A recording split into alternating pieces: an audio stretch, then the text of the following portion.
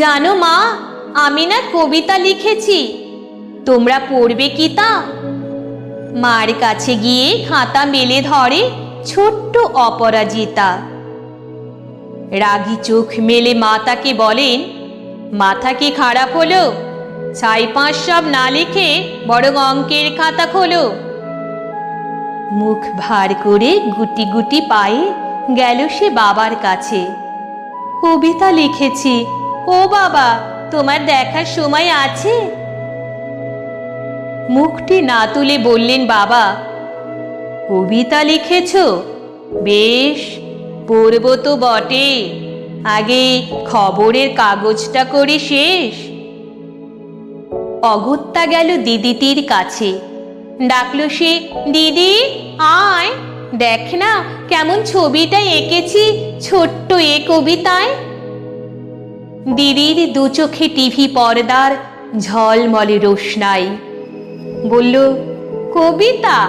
তুই লিখেছিস? কবিতা না, ওটা ছাই।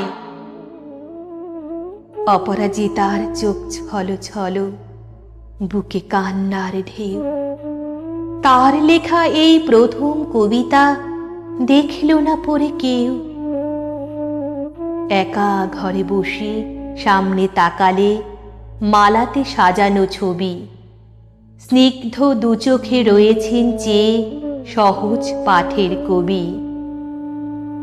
কবিতার খাতা মেলে সে ধরল, ঠোঁট দুটো থর থর।